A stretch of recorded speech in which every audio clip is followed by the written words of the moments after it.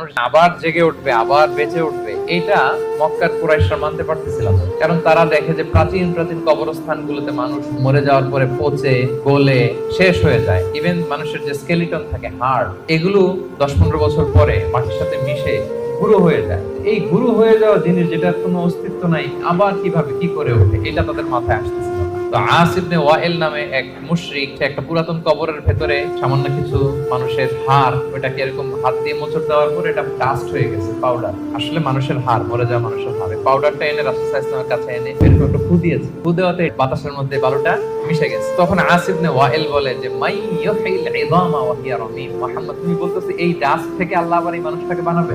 এটা একটা মানুষের কঙ্কাল ছিল। আল্লাহ রাসূল সাল্লাল্লাহু আলাইহি ওয়াসাল্লাম বললেন আল্লাহ তাআলা এই ডাস্ট থেকে, এই ধুলা থেকে, বালি থেকে এটাকে আবার পুনরায় জীবিত করবেন, যেমনি আল্লাহ প্রথম মানুষকে বানিয়েছিলেন। তিনি প্রথম মানুষকে বানাইতে পারলো, সে আল্লাহ কি মরে যাওয়ার পরে, পচে গলে যাওয়ার পরে আবার বানাতে পারবে না?